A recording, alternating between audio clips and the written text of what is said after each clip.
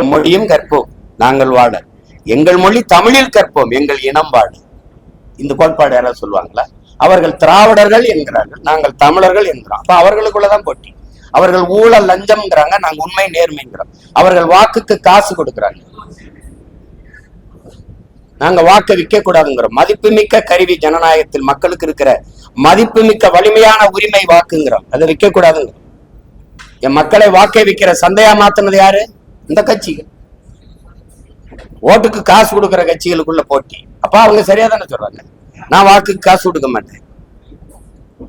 அவங்க ஒரு தொகுதிக்கு 30 கோடி 15 கோடி 20 கோடின்னு செலவு பண்ணுவாங்க.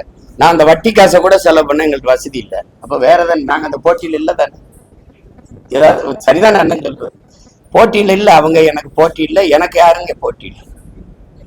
தேர்தலுக்கு தேர்தல் அணி மாறி கட்சி மாறி தேர்தலை எதிர்கொள்றாங்க. அப்ப மக்களை முட்டாளா நினைக்கிறாங்க.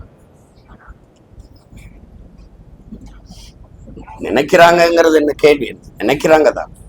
மக்களுக்குள்ள அந்த ஒரு அறச்சீற்றம் இல்லை. அது ஐயா சகாயம் ஏதாவது அடிக்கடி கொடுப்போம். அறச்சீற்றம் இல்லை. ஒரு சினந்து எழுதுறாங்க, அது கொஞ்ச நேரம் இருக்குது. அப்ப இந்த தேர்தல் நேரத்துல அப்படி தனியுது, அது தனிஞ்சிருது.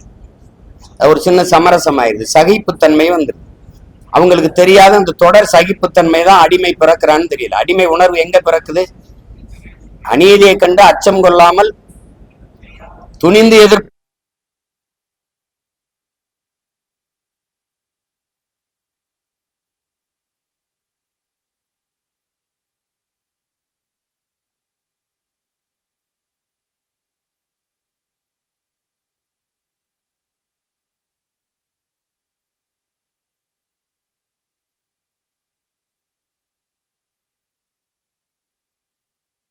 குழந்தைய பெறுது.